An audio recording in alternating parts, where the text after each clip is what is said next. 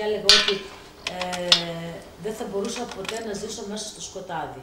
Όμως αυτό κανείς δεν πρέπει να το πει ποτέ, γιατί τώρα αυτή τη στιγμή ζω μέσα στο σκοτάδι και αισθάνομαι χαρούμενη.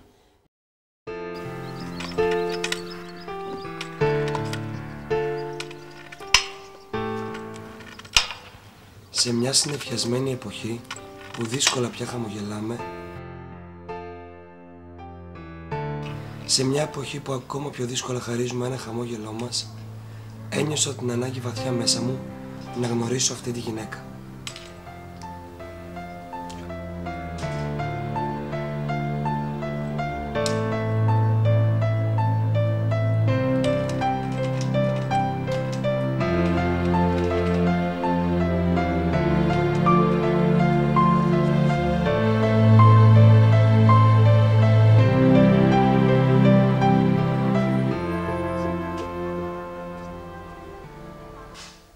Να πω ότι πριν 17 χρόνια έπαθα μία ασθένεια που λέγεται μελοχρωστική αμφιβιστροειδούς και έχασα τελείως το φως μου.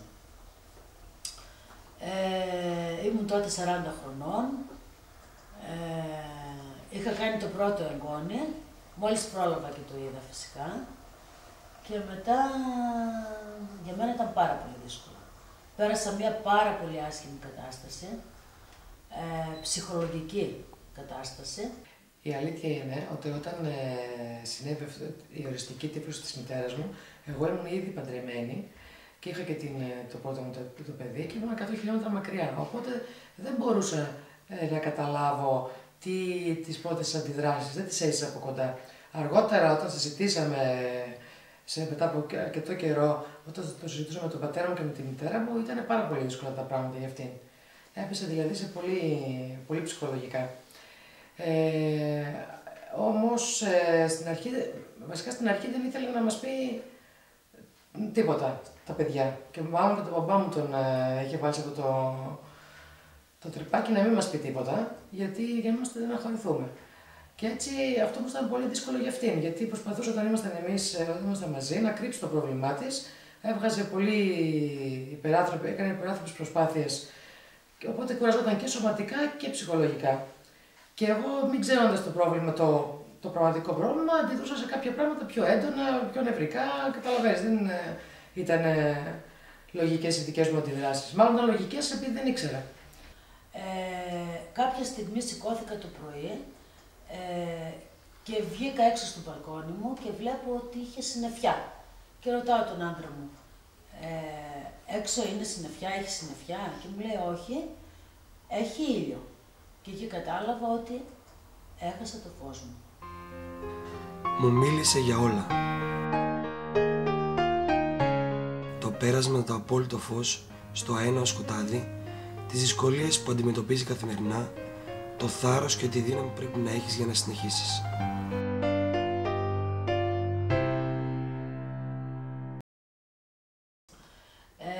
Τα πρώτα χρόνια ήταν πάρα πολύ δύσκολα, πρώτος καιρός. Έχασα τη γη κάτω από τα πόδια μου. Εκεί που ήθελα πάρα πολύ φως, σε μια στιγμή βρέθηκα στο σκοτάδι. Προσπαθούσα να βρω τρόπους να τερματίσω τη ζωή μου, γιατί είχα την εντύπωση ότι ήμουν άχρηστη για όλους. Μαζί της έπρεπε να το ζήσω.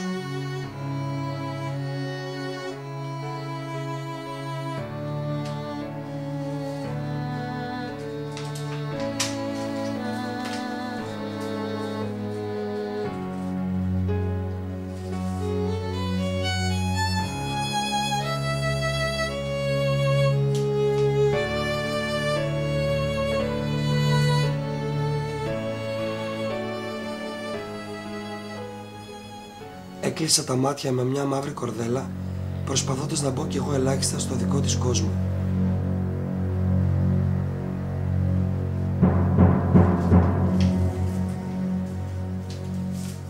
Όσο μπορεί κανείς να μπει στην ιδιοσυγκρισία ενός ανθρώπου χωρίς όραση.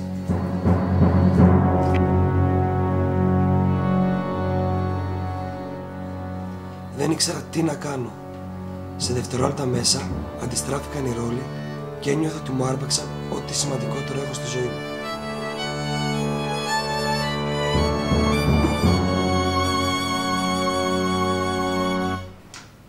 Τα χάσα.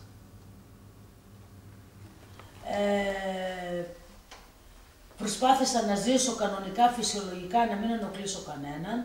Τις δουλειές μου μέσα στο σπίτι μου τις κάνω μόνη μου. Τα παιδιά μου τα κοιτούσα, τα εγγόνια μου κοιτούσα, τα μεγάλωνα,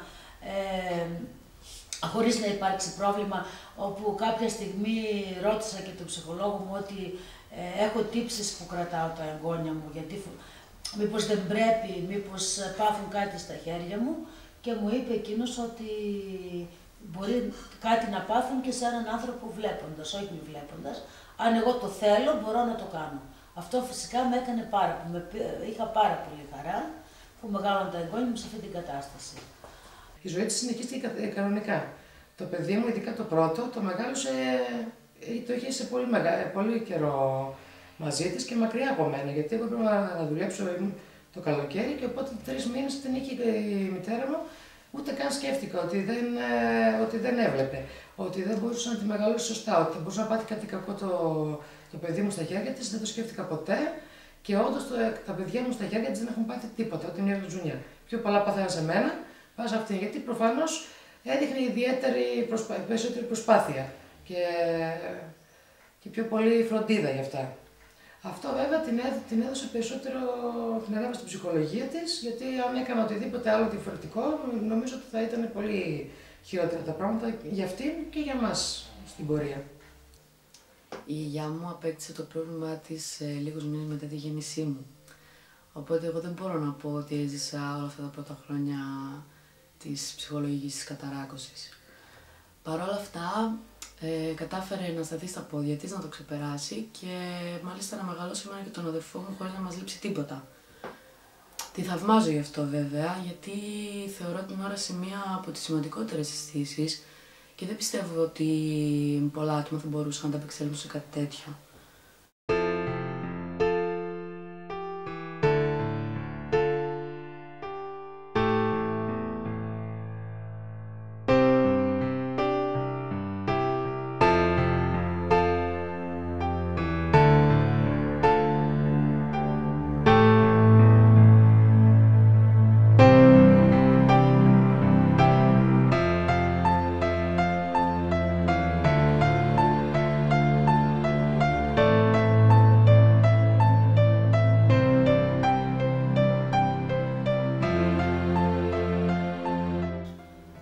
Μετά από τη βοήθεια του γιατρού που πήγα, του ειδικού, με βοήθησε πάρα πολύ και με τη βοήθεια φυσικά και του Θεού, σηκώθηκα στα πόδια μου, πάτησα και είπα ότι πρέπει να αντιμετωπίσω το πρόβλημά μου, να το δεχτώ και να συνεχίσω τη ζωή μου.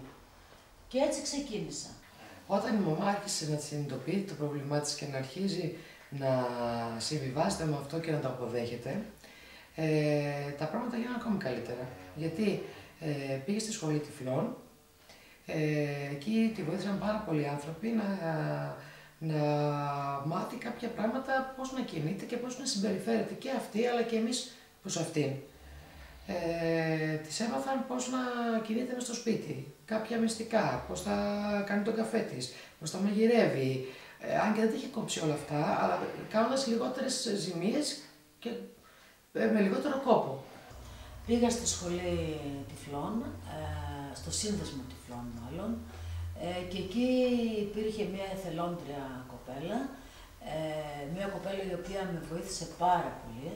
Ήρθε και μου έδωσε το μπαστούνι για να μπορέσω να βγω έξω, να περπατήσω, γιατί ήμουν εγκλωβισμένη μέσα στο σπίτι μου.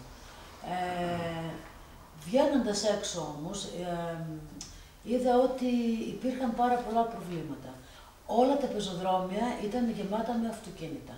Αναγκαστικά έπρεπε εγώ να βγω στον δρόμο να περπατήσω.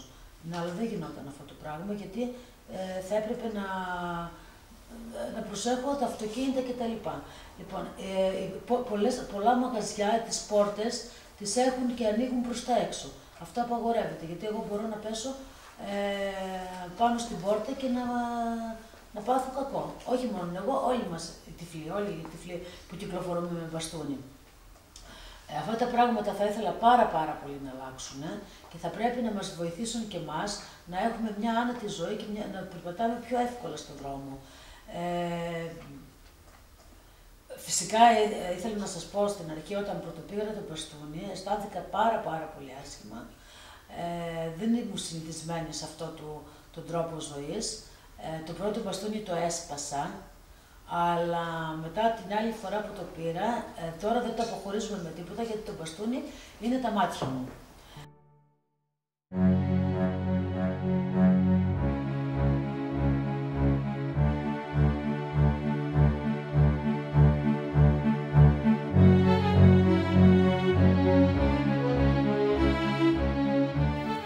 Σε ένα κράτος που πελαγοδρομεί, ψάχνοντας αλλού το νόημα της ζωής, η πρωταγωνίστρια είναι ίσως η πιο δυνατή γυναίκα που είχα την τύχη να γνωρίσω.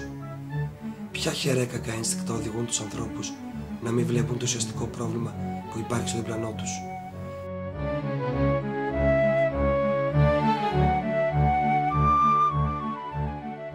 Τι τους οδηγεί σε αυτή τη συμπεριφορά?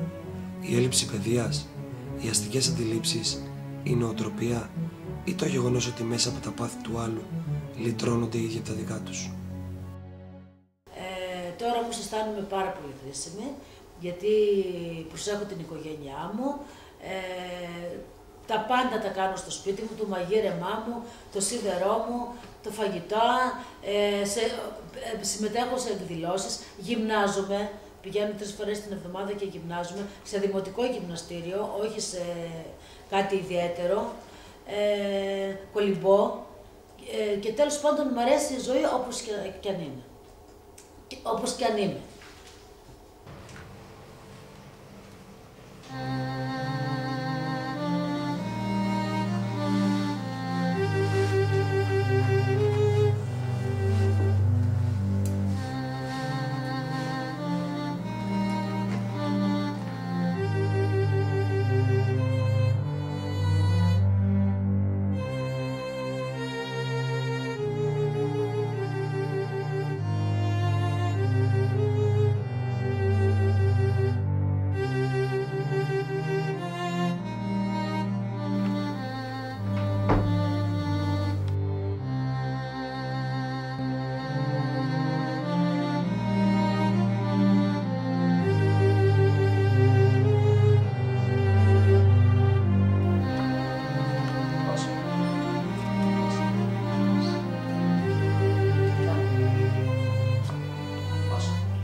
Κούπα και βγήκα.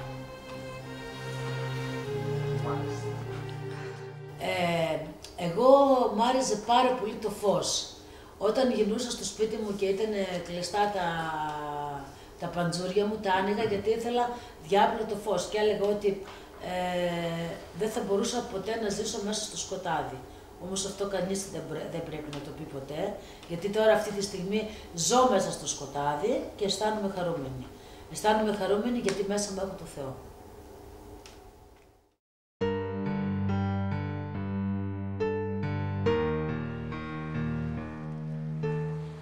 Ας πούμε, χθες έβλεπα ότι πήγαινα στη θάλασσα να κάνω μπάνιο. Στον ύπνο μου. Και περπατούσα και πήγαινα άνετα. Δηλαδή την παλιά μου ζωή βλέπω. Ναι. Και είναι πάρα πολύ όμορφο όταν το βλέπω.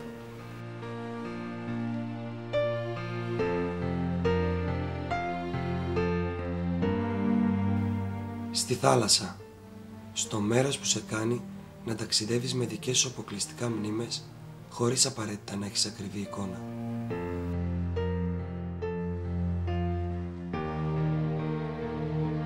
Αλμύρα και άνθη λεμονιάς, γαλάζιο, άσπρο και πράσινο, τα χρώματα που κεντούν τον καμβά της νιώτης μας. Όχι όμως για όλους.